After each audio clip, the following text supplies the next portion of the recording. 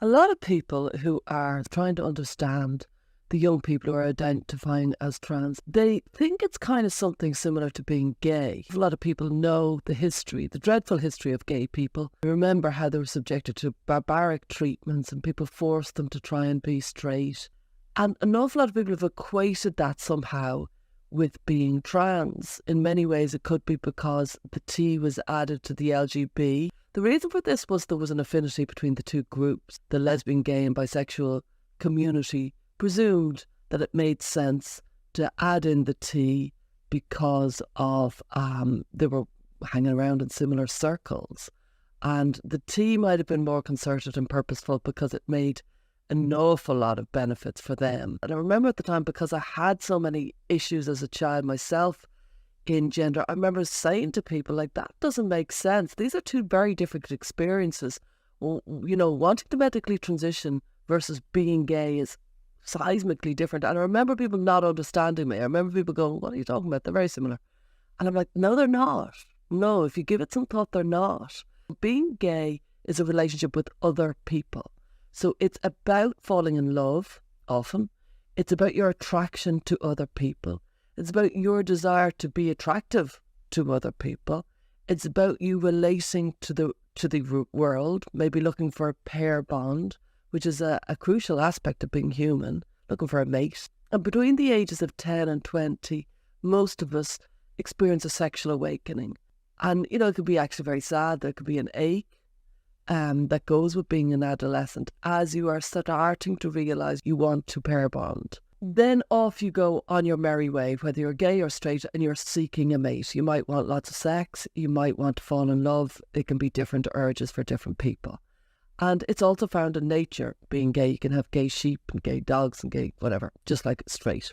It's empirically testable. It's empirical. If we were to show somebody who was gay or straight certain images, there will be a physiological reaction. Some of us would react to certain images and other of us would react to others. It's very testable and it's verifiable.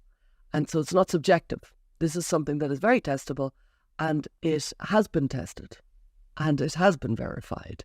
And we know that some people are gay, some people are bisexual and some people are straight. And there's an awful lot of research around this. So this isn't something that's in doubt. It's something that is well established. Now, being trans is absolutely different to being gay. When you're trans, this is a completely subjective feeling. Nobody can test it. There's no way for this to be verified. There's no test in the world. It's completely subjective and down to the person.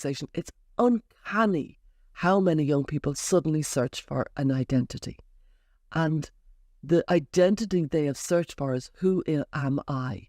Erik Erikson, the very great and eminent psychologist from the last century, he went through the life stages of the human and he showed how different people in different stages focused on different aspects of themselves.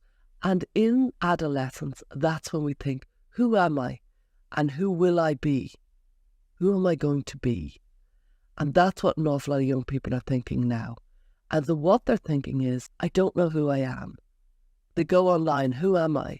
And very, very often they end up figuring out with this shock that they could be perhaps queer or LGBTQ+, or trans or non-binary.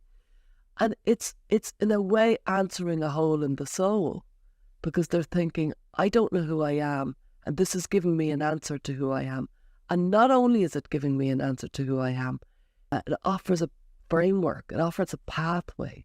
And so especially children who are lonely, especially children who are seeking an answer, and an awful lot, a very high disproportionate number of people who are neurodiverse, such as ADHD, autism, OCD, eating disorders, people with mental health challenges, they are particularly likely to identify as trans because it answers their question of who they are and it gives them a framework and it offers them a bewitching idea that they could be somebody else, that the miserable person that they are could be left behind and they could become somebody else. We never know if one person is trans or not because it's only people who identify who are trans. And so in the past, we never had high numbers of people identifying as trans. It was a very small number. It was generally males, and it was often when they were a little bit older, and they had very, very high levels of mental illness. These were really, really distressed people. Nowadays, it's most likely to be young people who are also very high levels of mental illness and who are seeking an identity. They believe that it's easy. They believe that identifying as trans, that the most important aspect is that they get support. And if society supports them, they will be very happy. And that's not actually accurate. The truth is, medical transition is harrowing. It comes with a devastating number of medical complications. It is extremely heavy burden on the body. And this burden leads to, for example, infertility. It leads to impaired sexual functioning. So their ability to have a happy sex life is massively reduced. Health complications such as osteoporosis, heart disease, early onset dementia, and a range of other issues. With the infertility, a lot of kids, whether they want children or not, hasn't kicked in. So their ability to care about it is quite impaired, because they will care about that more when they're in their 30s. All the research shows that they will. So we need, as adults, to kind of make sure we're looking after these kids who are seeking an identity, who have set upon gender as the answer to their issues. Being gay requires no decision from the adults. Being trans suddenly requires active participation from the adults. I'm a psychotherapist. If a child comes to me and they say they're gay, I'll just go, that's fine. Is there anything you would like to talk about?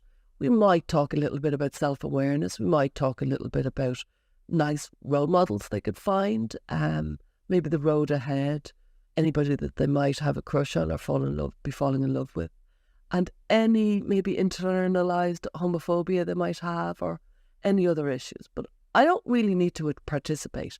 They can explore in their own time, in private, in a personal way. And ultimately, if and when they come out as gay, that's their bag. And it doesn't require anything from anybody else. Being trans requires massive participation from not only other adults, but the entire society, from all the children, all the adults. For example, if somebody came to me and said that they identify as trans, they could be requesting me to call them a different name, me to think of them as a different sex. So this could be a girl, and wants me to think of them inside my head, open up my head, change my perception of the person and see them as a boy. They could also ask for different pronouns. They could ask for entry into sports teams that they would have before this been banned from. They might require access to toilets or changing rooms or dormitories in the opposite sex so that they can feel as part of the opposite sex. And so this requires an awful lot of policy changes, an awful lot of forethought, because when you put two 14-year-olds together and maybe they're camping and one is actually a girl but she is presenting as a boy, but the boy in the tent doesn't know this, but then he might see something by accident as they're changing, or something might happen and she might tell them, because very often children who are living as stealth end up telling their good friends that they're actually stealth and in truth they're the opposite sex. So when this happens, that can be very disconcerting for the young person, and other people get to know.